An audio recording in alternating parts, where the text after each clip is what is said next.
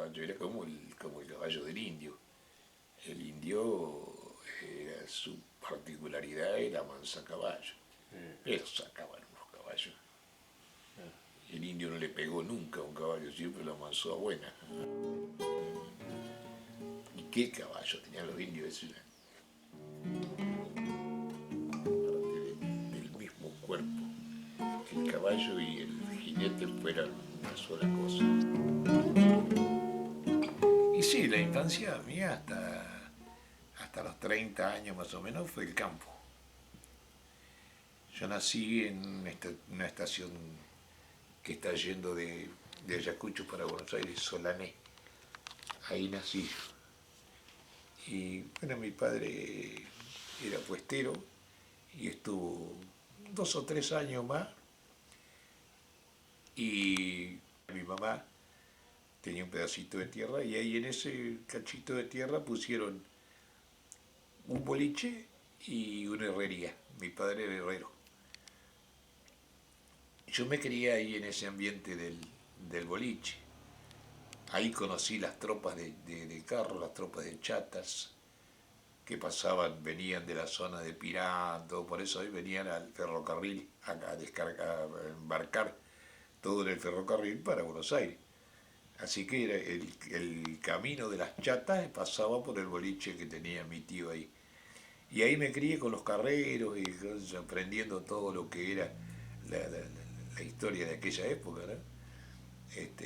Muy interesante, muy interesante. Fueron cosas que me quedaron muy grabadas, de anécdotas muy lindas. Por ejemplo, ahí conocí a un señor Gringhelli de apellido, que era dueño de un carro, que fue el carro que se utilizó para filmar la película de los Apeninos a los Andes. Esa película se filmó en Ayacucho. Los carros venían en tropas, se les llamaba tropas de carro porque capaz que venían 6, 7 carros juntos. Y se le prendían hasta 12, 14 caballos a cada carro porque venían cargadísimos, ya sea de bolsa, lana, todo lo que el producto lo traían ellos para la estación. Era el día que venían los carreros, era una fiesta porque, claro, todos aprovechaban el boliche para venir a comprar lo que precisaban y a tomarse la copa. Y capaz que estaban un día o dos parados allá en casa y todos en fila y los caballos todos sueltos. Y, y bueno, por ahí pasaba un día o dos y descansaban y ataban y salían otra vez. Pero era una odisea para hacer toda esa cantidad de leguas al tranquito que venía, porque era un tranquito de menos que paso de hombre, con semejante cantidad de peso y tanto caballo, venían a un tranco muy tranquilo, ¿no? Y era gente de una gran paciencia, propio, yo pienso que del mismo andar, y ese cansino lo hacía ya gente muy tranquila, gente sin apuro. En eso no se podía tener apuro, ¿no? Porque por más que se quisiera apurar, el tranquito era ese.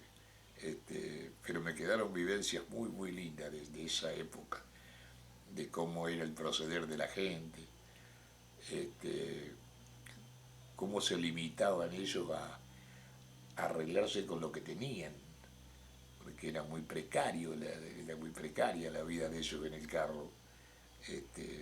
Un fueguito y hacían un churrasco y hay una milonga muy linda que se llama Carrero Viejo y ahí explica muchísimas cosas. Pero el gaucho tenía sus maneras. El gaucho para decir a dónde decía ande. eh, y para decir quizás decía capaz. Era cantidad de frases ahí que usaban una terminología distinta. ¿Pa dónde? Y todo eso era la terminología que usaba el gaucho, que no se sabe de dónde la aprendió, porque se acostumbró a pronunciar así y después la gente del campo pronunciaba todo así, nadie pronunciaba las palabras como realmente son.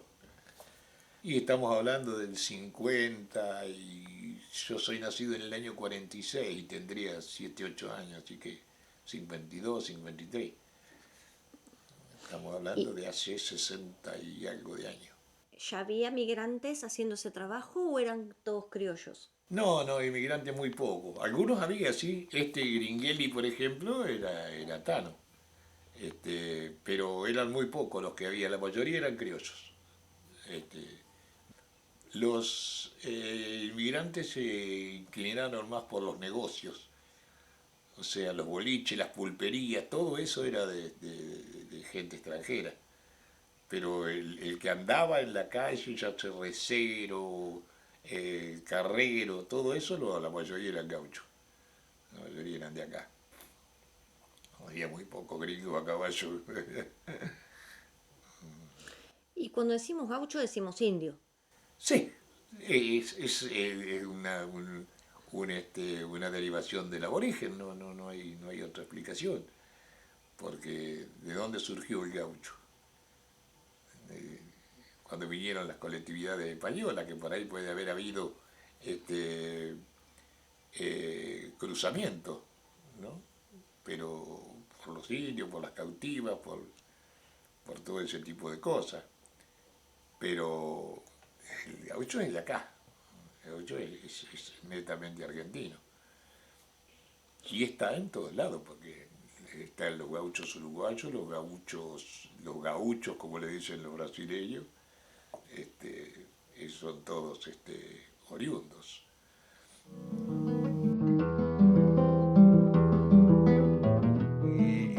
Los barrios en ese tiempo eran barrios muy poblados, toda la gente vivía en el campo. Entonces allá era una zona que le decían la Villa Irasusta porque tenía parcelas de campo chiquitos y en cada parcela había una familia. Entonces todo ese barrio era un barrio de muchísima gente y era toda clientela que iba al boliche. Aparte los transitorios que iba por la calle, que llegaba la gente al boliche, veía un boliche y la gente llegaba, gente de campo antes, el boliche no había otra cosa. Y allá había muchísimas familias. Había una escuelita que se fundó ahí cerquita de casa y, y había 40 alumnos en la escuelita esa, porque era mucha la población que había, puesteros en las estancias, ya le digo, este, gente que tenía una parcela chiquita de campo y vivían ahí, criaban los hijos ahí. Mi tío tenía un carro grande y venía a Ayacucho todas las semanas y llevaba todo el surtido, bordalesas de vino, todo, se vendía todo suelto en ese tiempo. El azúcar por bolsa, la hierba por bolsa, todo era por bolsa. Y las bordalesas de 200 litros de vino y se vendía el vino suelto también. La bordalesa sí, me acuerdo yo cuando la subían y la bajaban al carro. Así que yo por ahí me colaba, mi tío me traía. Era chico, Ah, tendría 6 7 años y mi tío me traía con él al pueblo en el carro. Era ah. la gloria. Cuando usted dice el pueblo, ¿dice a cuál pueblo? Ayacucho. Ayacucho, Ayacucho, claramente. estaba a 30 kilómetros. Después vendimos el pedacito ese, cuando faltó mi mamá y todo, éramos 3 hermanos que íbamos a hacer con ese cachito de tierra. Lo vendimos. Y después hicieron casa nueva y todo, está muy lindo, está el lugar. Muy, muy lindo. O sea, no se derrumbó porque se vendió y la gente que lo compró lo arregló bien. Mi viejo lo tenía muy arregladito, todo. Mi viejo era muy prolijo, mi papá para eso. ¿Tiene un nombre en especial? Entonces era el Chueco. Se lo puso mi papá porque era fanático de Fangio. Por eso le puso el Chueco, Fangio. Y usted dice su papá herrero. Sí, Básicamente trabajaría para el campo. sí, sí. Afilar reja, arreglar carros, y bueno, arreglaba un auto, y se daba maña para todo. Este, era un artesano, era un artesano. Parecía extraño verlo con el martillo afilando reja y al rato tocando el bandoneón. Y una cosa más contradictoria. ¿O no? ¿Eh? ¿O no? O Sí, no, o eso es no. lo Sí, normal, sí, ¿no? sí, sí. Para ellos era normal esas cosas, ¿no? Todos los hermanos eran así, muy inteligentes. Las raíces.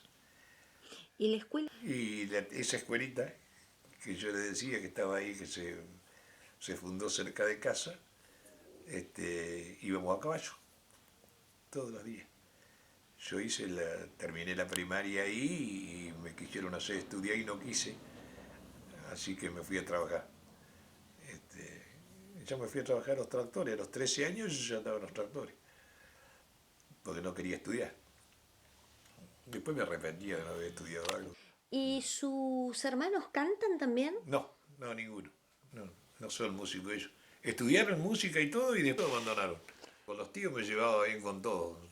Tocábamos la música juntos, después ya cuando yo era chico y ellos ya eran grandes, pero tocábamos cosas que íbamos a tocar juntos. Acompañaba, sí. A mi padre, por supuesto, lo acompañaba siempre.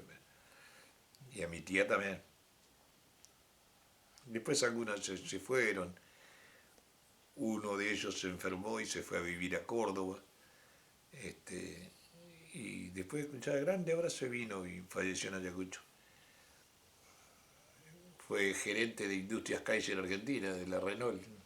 Eh, Hizo una carrera bárbara, una carrera enfermo, porque se enfermó y estaba internado en Buenos Aires y empezó a estudiar en el sanatorio donde estaba internado, empezó a estudiar. Y ¿De qué después, estaba enfermo? de tuberculosis, por eso lo mandaron a Córdoba.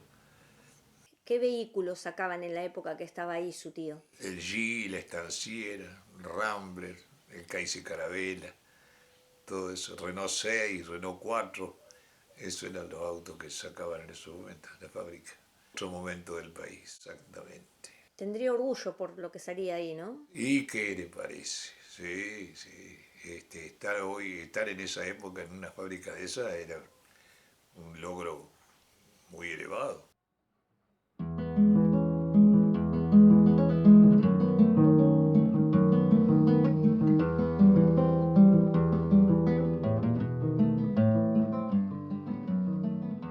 Y nosotros después sacábamos las propias conclusiones, qué era lo que nos había querido decir.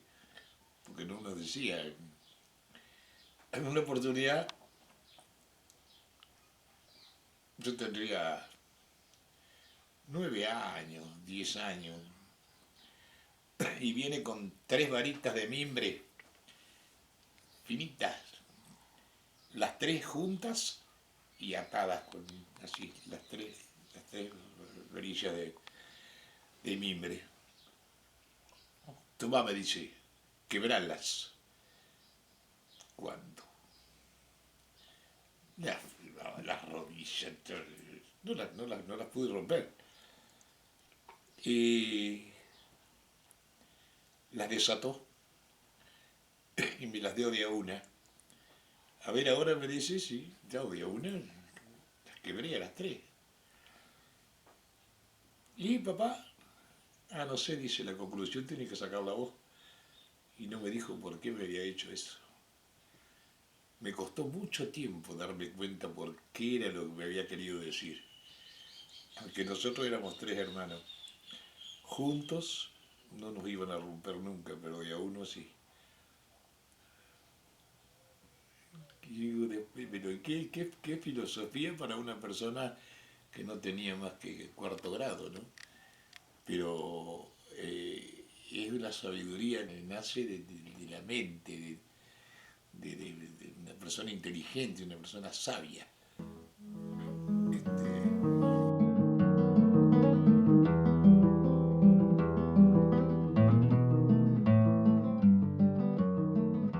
El poeta, el autor de aquella época, se basó sobre la historia para escribir, sobre distintos tipos de temas, pero siempre dentro vamos a suponer, de gente como Yupanqui, gente como Domingo Vero, como Pedro Rizo, como Martín Castro, toda esa serie de autores tan buenos que salieron, no hicieron más que pintar la realidad.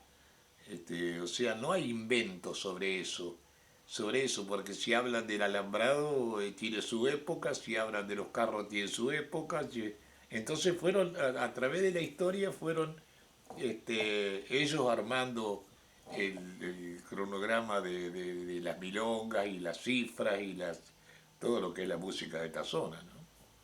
Tanto sea cifras, huellas, todo eso era producto de acá de la zona sur de la provincia de Buenos Aires. Yo a los 9 años ya sabía guitarra, ya estaba estudiando guitarra, y yo tuve parálisis infantil, tuve poliomielitis y me atacó la columna y no me dejaron tocar la guitarra.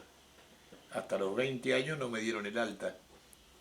Recién a los 20 años pude agarrar la guitarra de vuelta y entonces ya le perdí el entusiasmo.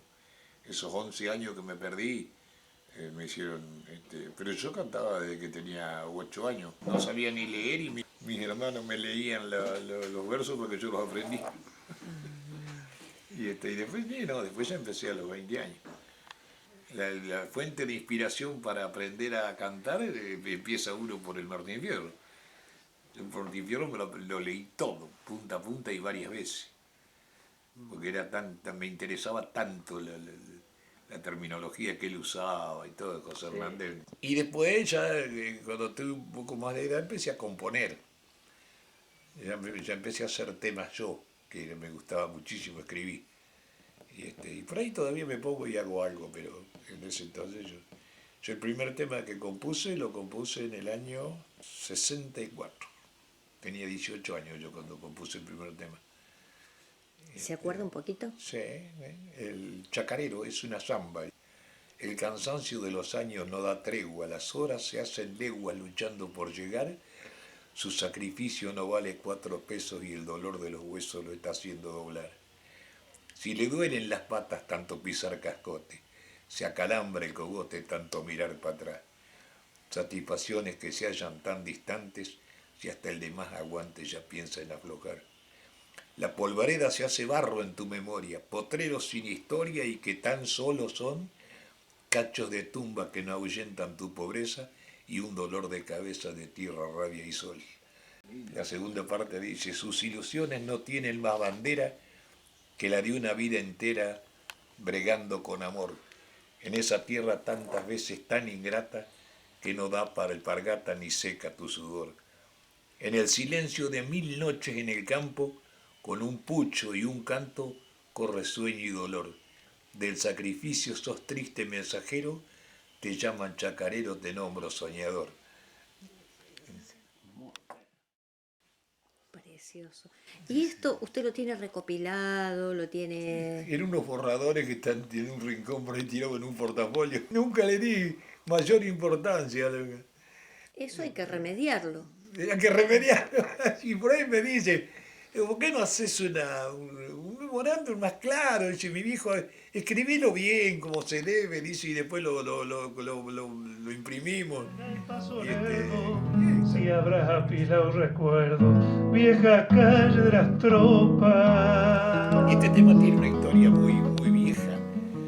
Cuando se empiezan a hacer las primeras rastrilladas de Buenos Aires hacia la conquista, la mal llamada conquista del desierto, porque para mí eso nunca fue una conquista, sino que fue una masacre, hay un tema que son las rastrilladas de esa época, cuando se avanzaba a campo abierto, ¿no?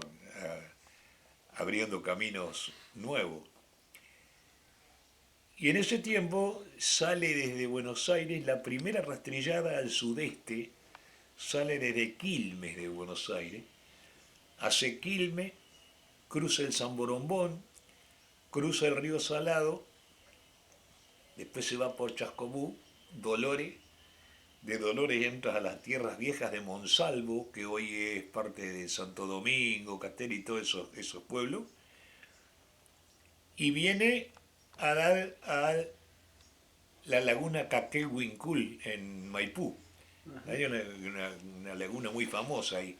Y había un fortín ahí, un puesto de avanzada que se llamaba Caquelhuincul. Y ahí era la etapa, una de las etapas donde, porque había pulpería, había posta, había de todo. Entonces, de ahí, después entra al partido de Ayacucho. que entonces era General Arenales, no era Ayacucho. Y ahí hay una posta muy antigua que todavía está, en la estancia está, no está la posta, pero está la estancia, el Cacique Negro. Pero estoy hablando del año 1830, cuando llega ahí las primeras carrozas, galeras, ¿no? Acá no son diligencias, son galeras. Y de ahí viene acá, porque cruzan Ayacucho, la Reconquista y vienen a parar al Fuerte Independencia, que el final de la rastrillada era acá. Esa rastrillada después con el tiempo le llaman el Camino de las Tropas, que ya todas las tropas que iban y venían del sudeste iban todas por ahí. Y un día hablando, porque en todos los pueblos está la calle de las tropas. La calle de las tropas normalmente es la calle que desemboca en las ferias, en las sociedades rurales. Y en Ayacucho hay una calle que data de Ayacucho, la sociedad rural de Ayacucho está fundada en el año 1882. Y ya en ese tiempo estaba el camino, la calle esa, la calle de las tropas. Un día se me ocurrió a mí, digo, esto habría que plasmarlo en algún lugar donde no se pierda, porque va a quedar como una historia vieja que la va a contar mucha gente, pero nadie va a tener algo concreto. Y entonces se me dio por hacer una décima acá y se dice: más de un arreo de ilusión al tranco siguió tu rumbo. Y si sos nada en el mundo, sos mucho en mi corazón. ¿Quién no improvisó un fogón pa' calentarse las botas? Si sos corta pa' la boca, te haces larga al paso lerdo. Si abrazo apilado recuerdo vieja calle de las tropas. El pasar de tanta vaca y el tiempo que no es oncera, lo fue ladeando pa' afuera al alambrado de las chacras. De los pozos con barrancas formado en los esquineros, donde quedó algún ternero medio flaco empantanao, miro surgir el pasado en el pico de un hornero. Hay nombres que han hecho historia en esto de reserear, y con la yegua a la par fueron camino a la gloria. Que cada uno en su memoria guarde cachos de este canto, que por ellos lo levanto con sentimiento sincero. Qué poco trajo el carguero de los que llevaron tanto. Y hoy en todavía si paso al tranco en un lerdo viejo, se me frunce el entrecejo como mirando el ocaso. Quisiera tener el lazo de pialar distancia y tiempo, y en el último reencuentro de entrar pechando a la feria, esto que nadie remedia y es lo que tengo yo adentro. Muy bueno. Es didáctico, Claro, tiene mucha... y más cuando vos encontrás público que más o menos tiene cierta idea de lo que son, Sí, porque hay gente sí, que vos le sí. cantás y no No, tiene claro, idea de lo que le estás diciendo, claro, claro. pero cuando alguien más o menos se siente consustanciado con el tema, entonces cae mucho más, Sí, cae mucho más. ¿Y usted era el único que se dedicaba a la música en la ¿Mi familia? No, venimos de una familia, y mis padres eran 8 hermanos, y 7 músicos había. Tenían una orquesta ellos, 4 bandoneones, violín, guitarra y cosas. Tenían una orquesta en el año 40, tocaban en todos lados, bailes, lo que fuera. Tocaban. ¿Ese era su papá? Sí, mi viejo, uno de ellos, mi viejo era un bandoneón. Eran 4 bandoneones, y entre esos 4 bandoneones había una mujer que tocaba el bandoneón. Muy bien tocaba. La última vez que tocamos juntos, pues yo la acompañaba con la guitarra, la última vez que tocamos juntos, tenía 85 años. Y tocaba unos tangos la vieja que era un espectáculo. ¿Cómo se llamaba? Sara Rodríguez. ¿Y la orquesta tenía un nombre? No tenía nombre de orquesta, no lo conocían por los Rodríguez, los hermanos Rodríguez. Pero qué linda actividad, ¿eh? Sí. ¿Qué parió? Así que de los 8, 7. 7, ¿sí? La única, la mayor era la única que no sabía música. ¿Y Después, cómo estudiaron? por correspondencia. Por correspondencia. En Buenos Aires había un instituto muy importante, que todavía no sé si hasta hace mucho estaba. Instituto Gino di Tifesi se llamaba el instituto. Y ahí empezaron por correspondencia les mandaban las lesiones y bueno, ya se compraron los bandoneones y ya los instrumentos, los bandoneones esos doble ato, nacarau, alemanes, ¿viste? En esa época, ¿viste? Era fácil llegar a esos instrumentos. Mucho músico en la familia. ¿Dónde vivían cuando tenían esa orquesta? En el campo, una estancia, la Lolita.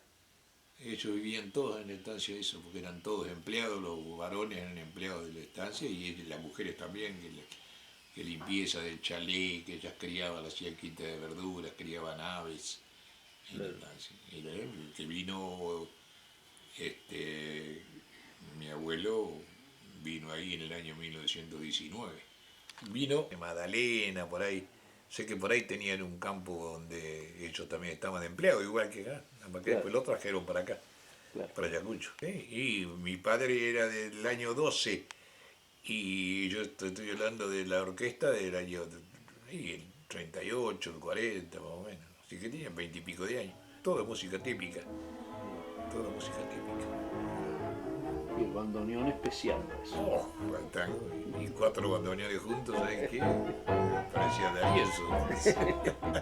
En los galpones del ferrocarril siempre se hacían bailes, o era un club, o era una cooperadora de la escuela, o algo, siempre se hacían bailes, tocaban ellos siempre en todos lados. Tocaban ellos.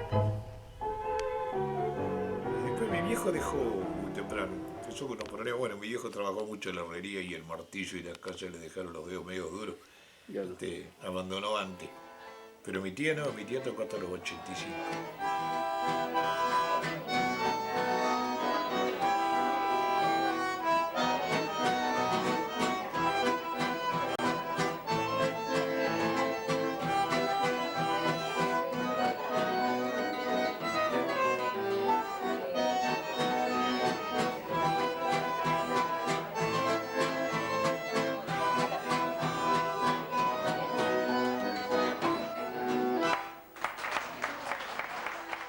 Sí, no, yo me incliné más por el folclore que por el tango.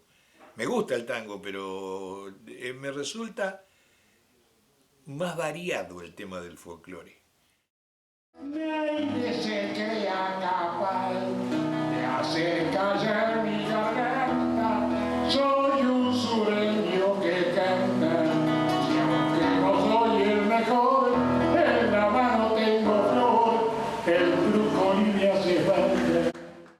Los primeros años en el campo, primero en el campo, después mi padre compró maquinaria agrícola, así que cuando yo hice la samba esa chacarero, estábamos en ese tiempo, yo era tractorista, andaba en los tractores en el campo.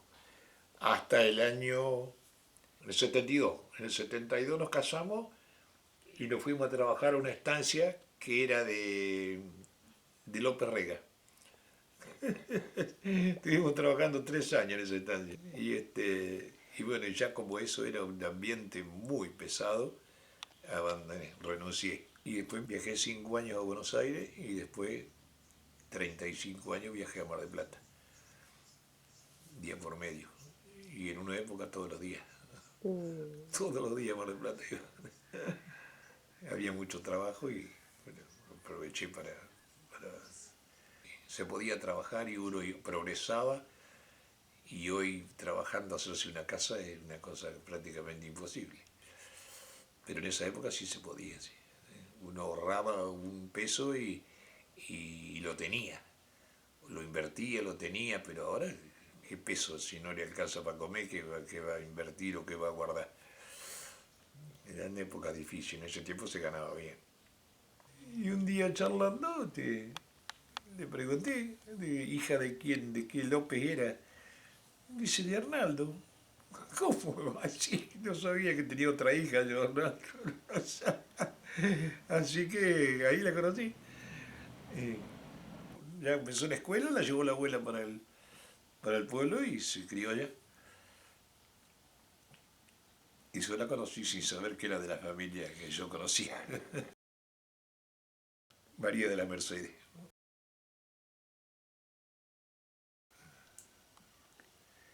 Se me fue muy joven, pobre.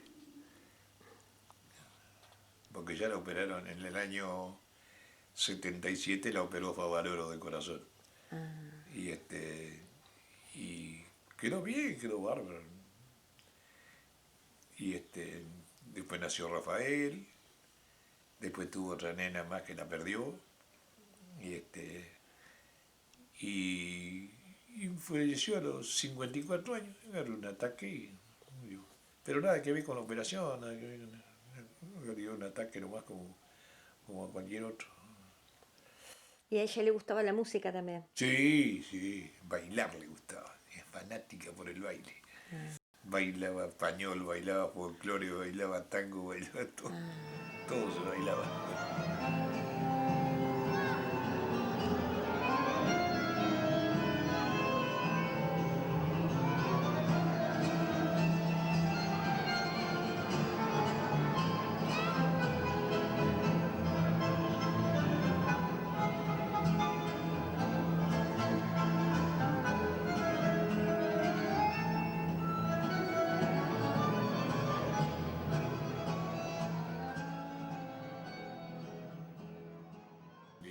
Muchas cosas de esas me quedaron grabadas, totalmente grabadas, porque me llamaron mucho la atención. Después, cuando me di cuenta de lo que me había querido decir yo me acordé de Martín Fierro. Los hermanos sean unidos. Siempre fui fanático de la raíz de la familia, no del follaje. Porque las ramas uno no sabe qué rumbo van a tomar. Yo no sé mi hijo el rumbo que va a tomar, ni mi nuera, ni mis nietos, ni nada. Pero los hermanos sí. Los hermanos están unidos por una misma raíz. Nos dio a luz la misma madre, nos crió de la misma forma, nos dio la misma escuela a todos. Y es el día de hoy que nosotros los tres hermanos somos como hermanos realmente. La familia no. Y cada uno es como es. Yo no puedo pretender que mi hijo se tenga que ser igual a mi primo o a mi sobrino o a mi... No, entonces ese es el ramaje del árbol. Pero que puede tomar cualquier dirección, la rama puede tomar cualquier dirección, pero la que no se va a variar nunca de su posición es la raíz, y esa raíz somos los tres hermanos. Ahora, antes que yo me vaya, van a venir ellos acá a visitarme a Tandil, a tener una charla, una comida, porque pasa tiempo que no nos vemos. Uno vive en Mar del Plata, el otro vive en Ayacucho, yo vivo acá. Y el otro día hablamos por teléfono. Bueno, dicen, vamos a ir me dice José Joyengo, que es el segundo, me dice, vamos a ir con Néstor a Tandil, una tardecita, dice, y nos vamos a quedar a cenar y vamos a charlar, pero los tres nomás. Los tres, ni las mujeres, ni los nietos, ni los sobrinos, ni nadie. No, los tres nos vamos a juntar los tres a charlar. Como hace tiempo que no charlamos, y así que se van a venir para acá para estar conmigo una noche. Y yo digo que lo que los viejos hicieron, lo hicieron bien. Entonces yo por lo menos soy un enamorado de la manera de ser de mi padre y de mi madre.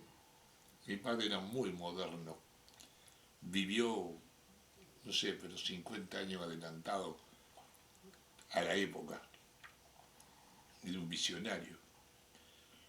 Yo tenía 13 años cuando salí de la escuela, que terminé la primaria, y me fui a trabajar al tractor. Y andaba toda la noche arriba de un tractor, solo. Entonces mi viejo vino con la llave de la camioneta. Bueno, dice, si es hombre para andar toda la noche arriba del tractor, dice, es hombre para andar en auto y cuidarlo. 2 años enyesado tuve. Y el yeso me lastimaba ahí en el rotor. Y si me habré peleado mi madre, pobre. Hijo, dejá de andar en el tractor, no podés, sos chico, tenés que cuidarte. Era rebelde con el cuerpo, siempre fui rebelde con mi cuerpo. Así que andaba enyesado en el tractor a los 13, 14 años, estaba enyesado. Me gustaba. Andar con mi hermano y mi padre en los tractores y en las máquinas, era devoción que tenía, devoción. Nos fuimos en una aventura muy linda, a trillar 2000 hectáreas de trigo a Nicolás Levalle, partido de Villarino, allá pasando Bahía Blanca. Allá fuimos a dar con las máquinas. Sí, y el cazarrodante, y las máquinas y los tanques. Debo tener un par de fotos ahí en la guantera del auto, me parece. Vamos sacando de a una así. A Bahía Blanca. Este es el puente del Quequén Grande, Ruta 3. Mi mamá no quería que fuéramos. Yo tenía 18 años. Qué aventura hermosa. 4 máquinas fuimos. Estuvimos 25 días para trillar las 2000 hectáreas. Hoy, ¿en cuánto se hace? Hoy en 4 días lo hacen hoy. Con las máquinas que hay hoy en día. Y cuando dice fuimos, ¿quiénes eran? ¿Sus hermanos? Claro, mis hermanos y 2 o 3 empleados que teníamos y mi padre. Las estivas de bolsas. Uno tocando la guitarra así. ¿Quién era el de la guitarra? Un empleado viejo que teníamos nosotros. Y mi hermano jugando con el yo-yo. No. Y las cabinas de estos tractores Sí. fueron hechas por mi padre, todo hacía mi padre. Era medio artesano. Los estivos de bolsa. ¿Se dejaba así en el campo? No. Sí, sí. Después venían los camiones y cargaban. Acá está saliendo, mire. ¿Cuánto tenía cada bolsa? 50 kilos. Pero en algún momento se usó alguna bolsa un poquito más grande, ¿no? Sí, depende del cereal. El trigo tenía una bolsa, el lino tenía una bolsa, la avena tenía una más grande. Una bolsa de avena sí pesaba 60 y pico, 70 kilos. Pero el lino, por ejemplo, se hacía en bolsas de 50 más o menos. En esa época se hacía mucho lino. Sí, muchísimo. Hubo época que el lino era el cereal más buscado. Hasta que se cerraron las aceiteras. Porque en el país había muchísimas aceiteras. Y no dejó de ser comercial y se empezó a sembrar cada vez menos. No siembra nadie el lino. En esa época era el fuerte. Y qué hermoso, ¿no? Ah, ese celeste cuando estaba florecido era precioso. Precioso. Mira que estiva.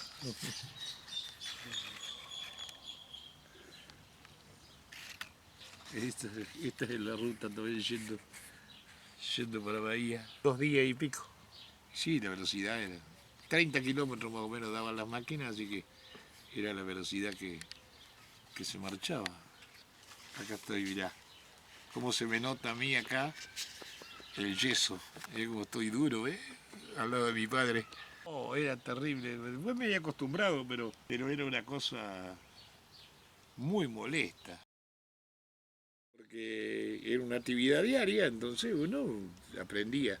Y aparte, como mi padre sabía de todo, nos iba enseñando todo. Mi padre nos enseñó de todo. ¿Y usted después no se dedicó a eso? ¿Fue por una razón económica o no le gustaba? La chacra. Sí. Y la dejé porque tuvimos varios problemas económicos. Tuvimos mala suerte en épocas de que se sembraba muchísimo. Y tuvimos 2 años malos y nos fundimos. Nos fundimos directamente. Así que me abrí paso a fuerza de lucharla y de pelearla. Y una mujer extraordinaria. Yo me fundí cuando la primera vez, que tenía bastante capital, me fundí para operar la Mercedes de corazón. En ese tiempo fue una fortuna la que tuve que gastar para... Se me fue todo lo que tenía, casa, campo, todo se me fue en las operaciones. Pero era la única solución, así que... Y eso que Favaloro no nos cobró, ni un centavo, nada. Yo pagué todos los derechos sanatorios, materiales, válvulas, descartables, todo en el sanatorio Güemes, y él la operó gratis. Él y los 15 médicos que estaban formados en el equipo de él nos cobraron. Y bueno, la salvó, se curó bien. Y ahí, bueno, otra vez empecé de nuevo, porque habíamos quedado fundidos, realmente fundidos. Y ella era del 50 y fue en el 77, 27 años. Y yo 31.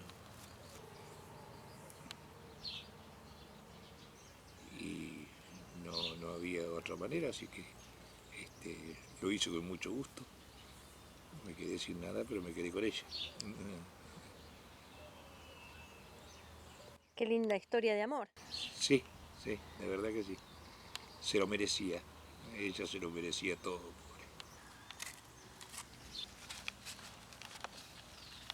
Todo ha sido lindo. Yo soy un agradecido. Dios me ha dado mucho más que lo que me quitó.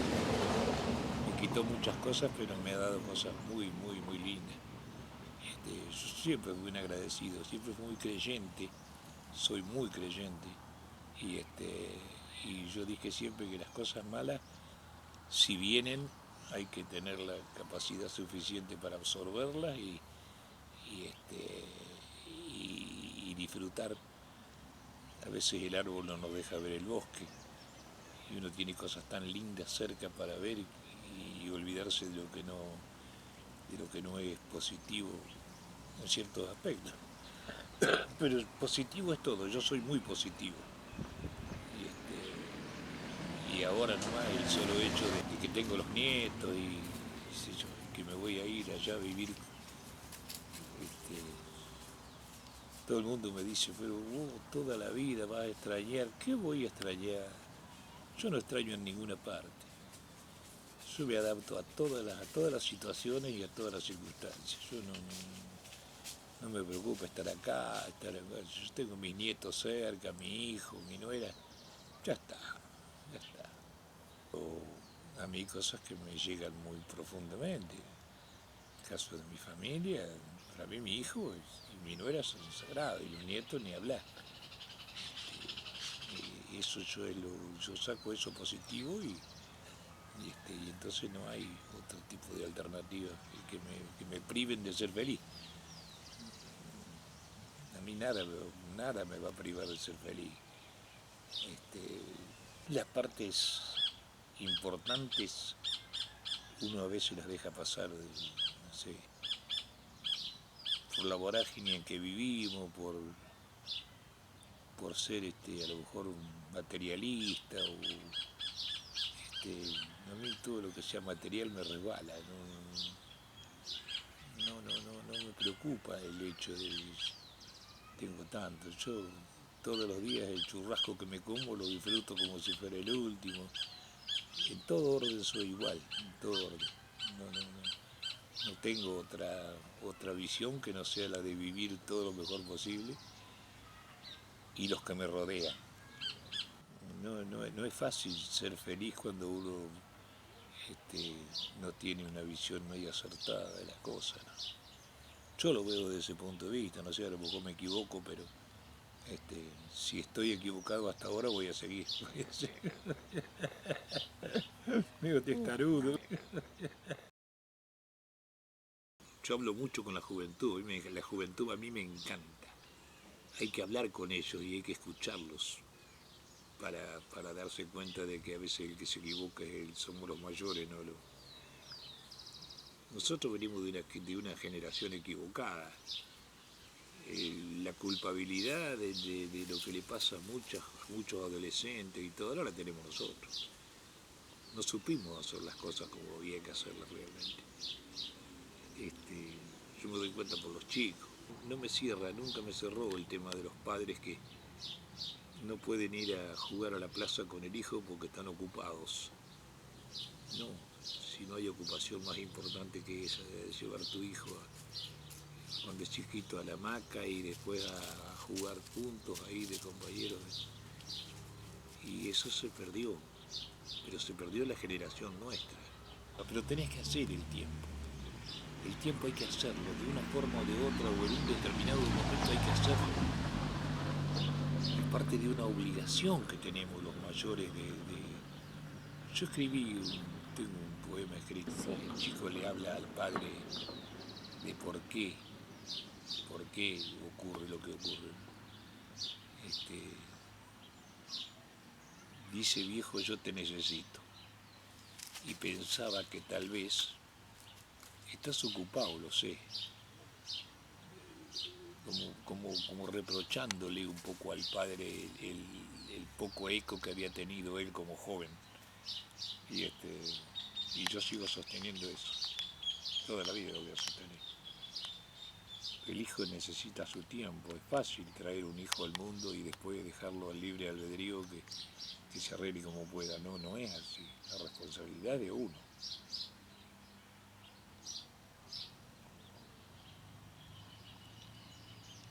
Yo dejé cualquier cosa en la vida por mi hijo. Y gracias a Dios no me salieron mal las cosas. Gracias a Dios no me salieron mal las cosas. ¿Usted le enseñó a cantar? Cuando empezó, sí, un poco lo enseñé yo. Debe haber sido bonito eso de sentarse con él. Para mí era una alegría inmensa sentarme a escucharlo cantar. Lo llevaban a todos lados a cantar. Él cantaba que la escuela, acá en todos lados, ya estaba Rafael cantando. Eso lo trae bien de cuna, bien de cuna. ¿Se acuerda cuál fue la primera canción? ¿Que cantó? Sí. O la que usted El le Paraná en enseñó. una samba, me acuerdo que fue una de las primeras que cantó. ¿Y usted cantó con él alguna vez? No, juntos no. Por ahí, en alguna charla de alguna reunión de guitarra y vino, por ahí. Eran muy distintos estilos, porque él ya tomó un estilo diferente de la música más moderna. Sí, la música que yo hacía con la que hace él tenía 50 años de brecha. Entonces es como que no coincidíamos mucho en ese aspecto. Ahí me gusta mucho lo que él hace, pero yo ya no puedo entrar en esa variante. La libertad es algo, yo creo que es un patrimonio natural. Yo nací para ser libre. Y tuve la suerte de tener una mujer al lado que yo gozaba de la libertad más grande del mundo, como ella también, ser libre, no estar atado a ningún prejuicio ni nada, no, libre. Yo me siento acá bajo estos árboles ahora y soy el tipo más feliz del mundo, porque ya me alcanza y me sobra para el día de hoy. Ya para mí esto es un regocijo que es impagable, Porque aún no se ha hecho el filo que corte mi libertad. Cabalmente pienso y hago sin darme cuenta ninguno. Mi libertad no es vacuno que se vende. A mejor pago ofrezcan que no es amado y tómenla como quiera. Mi libertad no es tranquera abierta al primer mandón. Al libre no hay más patrón que la madre y la bandera. La libertad hay que llevarla con honor, con honradez, es decir, con la altivez que uno supo conquistarla. Al que no sepa cuidarla se la quitará mañana. La libertad es soberana cuando un varón es de ley. La libertad no es un buey que responde a una mitad, ni tampoco recaso, aceptado a la costilla, ni bisagra en la rodilla, ni doble espinazo. La libertad es trompetazo de victoria en la pelea, es banderín que flamea al tope de una tacuara, es un potro que dispara una águila que altera, y es también fecundo trajo en las criollas cementeras, gorro frigio en las manceras simbolizando el trabajo. Es el puño de un barajo cacheteando una campana que va pregonando ufana que en esta tierra argentina la libertad no es propina, solo peleando se gana, y es así la libertad que pregona el nuestro himno. A mí me gustan mucho los temas que perduran. O sea, yo hago un tema hoy y que dentro de 30 años siga teniendo la misma vigencia que cuando la hice. Hay un tema que usa una metáfora preciosa, Yupanqui, que se llama El árbol que tú olvidaste, y dice sobre el que se va, y lo que gana puede ser material, pero lo que pierde no es material. Se pierden cosas que son irrecuperables, Uno se olvida de sus raíces, se olvida de su tierra, de una infinidad de cosas que no se pueden recuperar. El árbol que tú olvidaste siempre se acuerda de ti y le pregunta a la noche si serás o no feliz. El arroyo me ha contado que el árbol suele decir: quien se aleja junta quejas en vez de quedarse aquí. Y al que se va por el mundo suele sucederle así, que el corazón va con uno y uno tiene que seguir. Y el árbol que tú olvidaste siempre se acuerda de ti. Arbolito de mi tierra, yo te quisiera decir que lo que a muchos le pasa, también me ha pasado a mí. No quiero que me lo digan, pero lo tengo que oír. Quien se aleja, junta quejas, en vez de quedarse aquí. Es precioso ese tema, precioso. Sí, yo soy de espacio abierto. Yo no puedo vivir encerrado. Debe ser porque nací, crecí en el campo con toda la libertad del mundo, ¿no? Entonces creo que la libertad mía empieza por ahí, por la forma en que crecí. Para mí la locura de la mañana era agarrar un caballo y salir al campo y andar por todos lados y meterme. Era terriblemente travieso yo cuando era chico, terrible travieso. Agarraba un caballo y me iba a la laguna, juntaba huevo gallareta y andaba mojado hasta el... Esa vivencia. Recuerdo con un cariño bárbaro, pero no es que extrañe lo que me pasó ni lo que hice. Yo no soy de extrañar, yo vivo hoy. Amanda cuando cumplió el año, que cuando seas grande, te vas a acordar del abuelo cuando leas lo que yo te voy a escribir. Así que cuando se haga más grandecita lo va a entender. Un crepúsculo envidioso pretende opacar mi sur. Negras hileras de cuervos vuelan buscando la luz. Cuando me envuelvan las penumbras, la claridad en ti la buscaré, y al manantial de tu inocencia irá mi alma a aplacar tu sed. Eres la guía de mis pasos, voy hacia ti con tanto amor, que cuando cruce el mar de mi fracaso, sé que a la orilla me hallaré con vos. Y cuando caiga en el ocaso, ven y ayúdame a soñar. Juntos hallaremos el oasis. Gracias, Amanda, por enseñarme a amar.